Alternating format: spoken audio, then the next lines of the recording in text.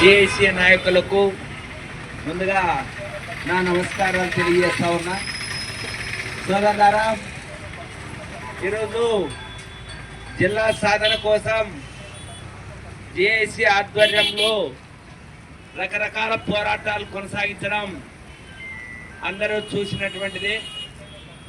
అది ప్రత్యేకంగా అధికారులు, రాజకీయ నాయకులు ప్రత్యక్షంగా ఈ పోరాటం ఏ స్థాయిలో కొనసాగుతూ ఉందో వాళ్ళందరికీ కూడా తెలిసిన విషయం.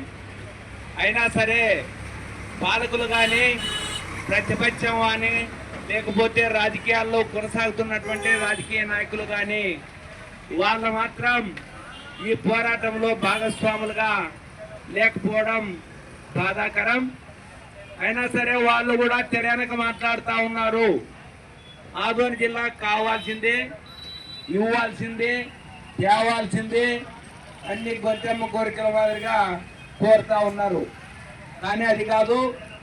మనం కోరేది ఏమంటే ప్రత్యక్షంగా పాల్గొనాలని చెప్పేసి పాలకులను, ప్రతిపక్షాలను అందరినీ కోరుతా ఉన్నాం.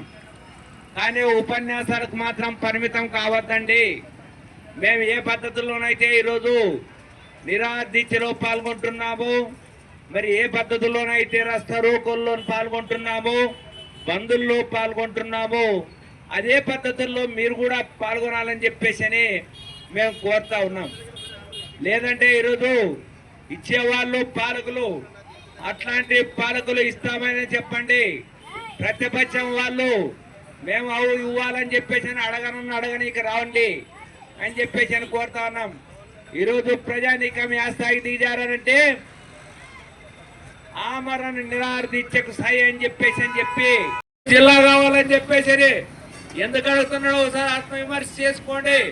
మేము మారుమూల ప్రాంతంలో ఉన్నటువంటి వాళ్ళు మీరు అడగరు జిల్లా కావాలని చెప్పేసానంటే మీకు ఎంత మాత్రం రాజకీయ చతురత ఉందో, మీ సొంత రాజకీయంగా మీరు ఎంత ఎదిగారో, మీకు ఎంత పట్టుందో ఓసారి ప్రజానీకానికి మీరు చెప్పకనే వాళ్ళకే అర్థమవుతా ఉంది.